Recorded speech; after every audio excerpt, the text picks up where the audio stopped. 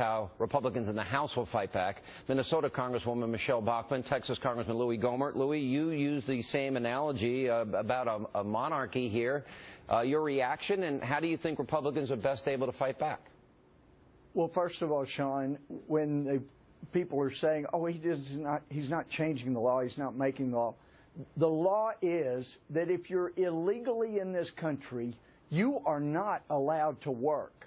The president has said, well, Congress didn't act, I waited 6 years, and so I'm going to go ahead and do that.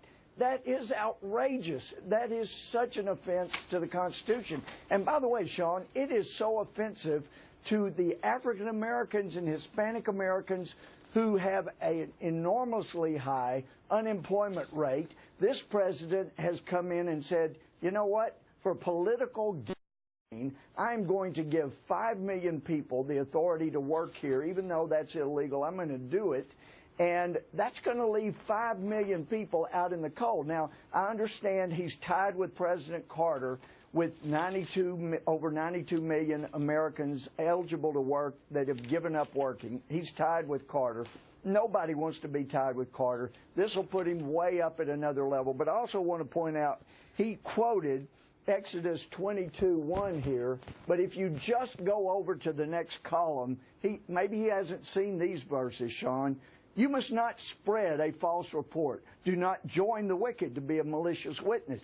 You must not follow a crowd in wrongdoing. Do not testify in a lawsuit and go along with a crowd to pervert justice. Do not show favoritism to a poor person in his lawsuit. This man is showing favoritism, and he's lying about Congress. And I've seen this in another politician I went up against who would call you everything in the book and then say, now we're going to be gentlemen, we're not going to talk bad about each other, and try to keep you from defending yourself. We're not going to defend ourselves. You know, Congresswoman, he did quote George Bush. He did quote Scripture. He did talk about this young woman, Astrid, that he's going to kick out, and he did blame Congress. The only thing he didn't say in the speech tonight, that the Islamic State is not Islamic. But Hal Rogers of the Appropriations Committee says there might be issues in terms of the use of the power of the purse. Is that a problem in dealing with this in terms of the Republicans? Well, you know, when I was watching this speech tonight, Sean, I felt like I was watching Jonathan Gruber, to be honest with you, because all I heard was contempt for the American people, as though he thought we were so stupid that somehow he could say that his illegal actions were legal and we would all turn over and roll over and believe it. It's not true. Senator Jeff Sessions is exactly right. Congress has a responsibility to uphold the laws of the land as well. And we can defund this president's illegal amnesty. That's what we must do. We can't do it alone. So it's a very quick 3-step plan that your viewers need to help us with. We can't do it alone. We need your viewers. Congress will be back December 1st through December 11th. This will be decided in that period of time. We need to have your viewers melt the phone lines. Congress isn't here. They're gone from Washington tonight.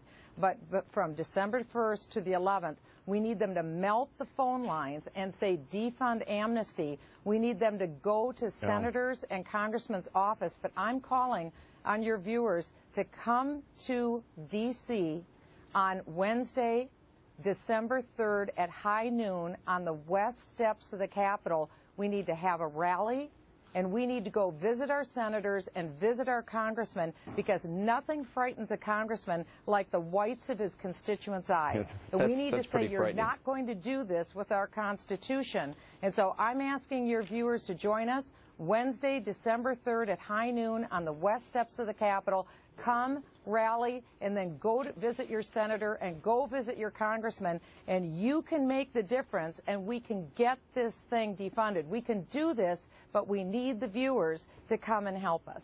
All right. Thank you both for being with us. Louis Gohmert, Congresswoman, thank you. A majority of Americans want the border fixed, and we passed a bill to do that in July. He needs to take that bill up.